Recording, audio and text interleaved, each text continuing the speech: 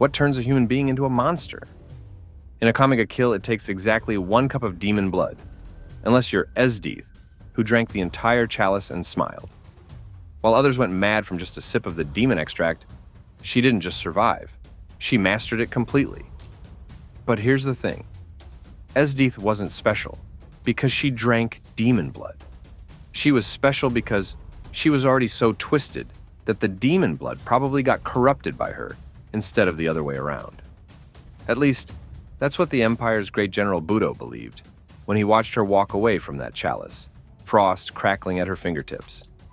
You might think you know Esdeath, the Empire's strongest, the ice-wielding sadist, who turned 400,000 northern tribe rebels into human popsicles without breaking a sweat. The woman who treats torture like an art form and warfare like a fun weekend activity. But if you're writing her off as just another crazy anime villain, you're missing what makes her truly terrifying. See, most villains in anime are either pure evil or tragic figures warped by their past. Esdeath? She's something far more interesting. She's perfectly sane. And that's exactly what should scare you. Think about it. When was the last time you met someone who was absolutely, unshakably convinced they were right? Not just confident, but so certain of their worldview that nothing could change their mind? Now give that person the power to freeze oceans and an army at their command. That's Esdeath. Her infamous motto, "The strong live and the weak die," isn't just some cool villain catchphrase. It's a philosophy she developed watching nature itself, and she follows it with the pure, unwavering conviction of a true believer. But where does someone develop such an unshakable worldview? Picture this. A young girl born in the northern frontierlands where temperatures drop so low that breathing feels like swallowing ice shards. This wasn't your typical tough childhood. This was survival mode 24/7. While most kids were learning their ABCs, young Esdeath was hunting danger beasts that could snap a grown man in half. And she loved every second of it. You see, Esdeath's father, the Pardus clan chief, wasn't just teaching his daughter to hunt, he was showing her what he saw as the fundamental truth of existence. Every time they tracked prey through blizzards, every time they fought off rival tribes, he'd point to the outcome and say, "This is not cruelty. This is the way of the world." Imagine learning about life and death, not from bedtime stories, but from watching which animals survived the winter and which didn't. Here's where it gets really interesting. Most people would call this traumatic. Child services would have a field day. But Esdeath? She describes these memories as wonderful. When her mother died, she didn't break down. Instead, she saw it as proof of her father's teachings. Her mother simply wasn't strong enough to survive. No tragedy, no trauma, just nature's law in action. It's like she took Darwin's theory of evolution and turned it into a personal lifestyle choice. And that's what makes her backstory so chilling. We want to point to some tragic moment that turned her evil, some trauma we can blame. But there isn't one. Esdeath became who she is because she looked at the harsh reality of nature, and instead of recoiling from it, she embraced it completely. When her entire clan was wiped out, she didn't seek revenge. She simply concluded they weren't strong enough to survive. In her mind, that's just how things work. This isn't the story of someone who lost their humanity. It's about someone who chose to define humanity differently.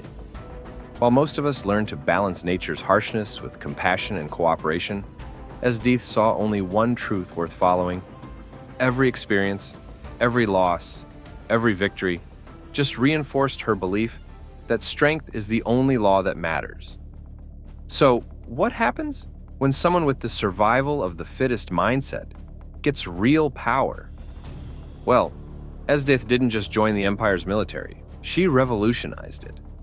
Remember that demon extract I mentioned? The one that drove everyone else insane? She didn't just drink it for power. She wanted to prove a point.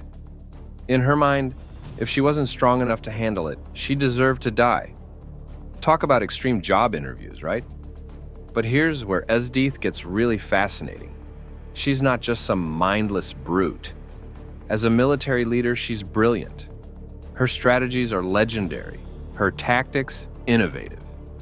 When she formed the Jaegers, she didn't just pick the strongest fighters. She assembled a team that complemented each other's abilities. She trains them personally, pushes them beyond their limits, and genuinely celebrates their growth.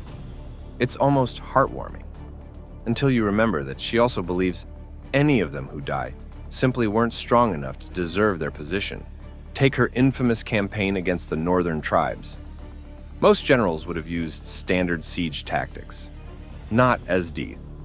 She studied their culture, identified their weaknesses, and then systematically broke them down, physically and psychologically.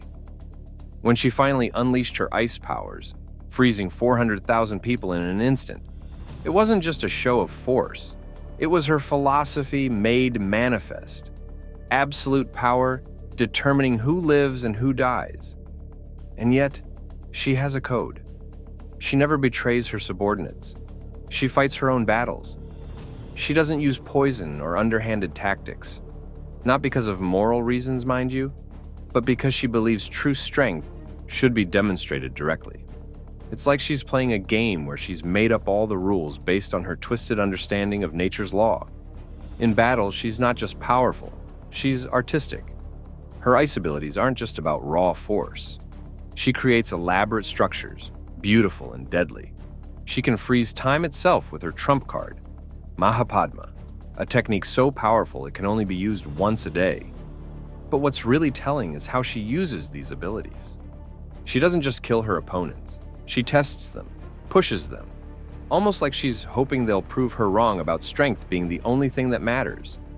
Now, you'd think someone this obsessed with strength would be incapable of love, right? Wrong. And this is where Esdeath's story takes its most fascinating turn. When she falls for Tatsumi, it's not just some villain's obsession, it's genuine love. But, of course, Esdeath doesn't do anything halfway. When the Prime Minister offers her a chance to choose any partner she wants, she doesn't go for status or political advantage. Instead, she creates a tournament just to find someone who meets her specific criteria. Classic overachiever. But what makes her relationship with Tatsumi so captivating isn't just the love story. It's how it completely contradicts everything we expect from a villain. She wants to go on dates. She gets jealous. She even daydreams about their future together. There's something almost endearing about watching the Empire's strongest general act like a love-struck teenager. Almost.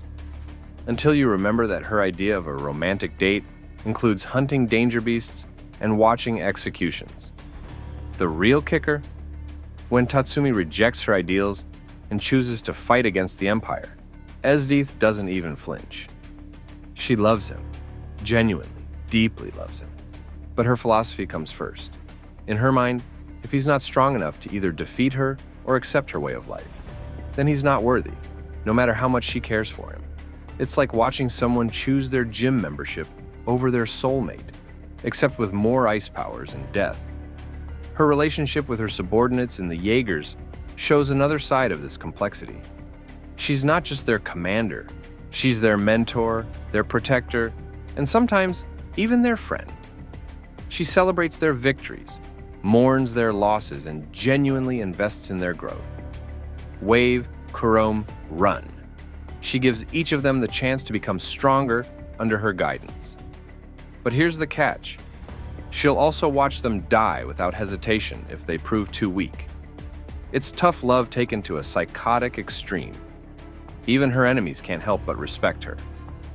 Night Raid, the assassination team dedicated to bringing down the Empire, acknowledges her as their most formidable opponent, not just because of her power, but because of her absolute conviction. When you're fighting someone who genuinely believes that might makes right, who sees death as just nature's way of sorting out the weak from the strong, how do you even begin to argue with that? And that's what makes Esdeath more than just another powerful anime villain. She's a mirror reflecting some uncomfortable truths about our own world.